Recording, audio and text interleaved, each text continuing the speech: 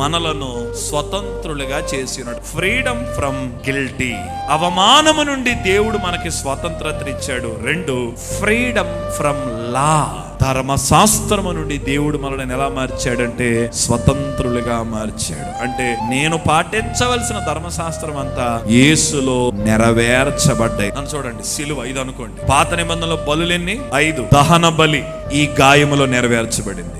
నైవేద్య బలి ఈ గాయములో నెరవేర్చబడింది.